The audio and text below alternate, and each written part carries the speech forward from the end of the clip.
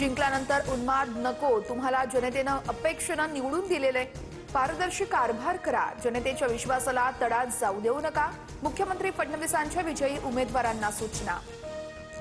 ठाणे महापालिकेत सलग दुसऱ्यांदा उपमुख्यमंत्री एकनाथ शिंदेंचं एकहाती वर्चस्व, शिंदेंच्या शिवसेनेला 75, भाजपला 28, पवारांच्या राष्ट्रवादीला 12 तर ठाकरेंच्या सेनेला फक्त 1 जागा। पुण्यामध्ये काका पुतण्यासह ताई दादांच्या वर्चस्वाला सर्वात मोठा हादरा, दोन्ही राष्ट्रवादी एकत्र येऊनही 25 पर्यंतचा आकडा गाठणं अवघड, गुन्हेगारांना तिकीट, निष्ठावंतांना गृहीत समजणं भोवलं।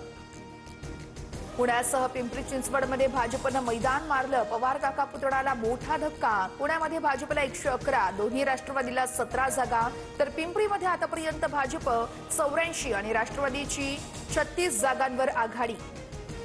पुण्यातील प्रभाग क्रमांक 38 मध्ये मतमोजणीतील अंतिम आकडेवारीत फेरफार, 79,826 मतदान झालं, मात्र मतमोजणीच्या वेळेस 1035 मतं कमी, वसंत मोरेंचा आरोप। सर्व विजयी 6 उमेदवारांचं राज ठाकरेंकडून अभिनंदन, तर मनसेच्या यशवंत किल्लेदारांसह सुप्रिया दळवी, सुरेखा परब, विजय विद्या आर्या आणि सई शिर्के या विजयी।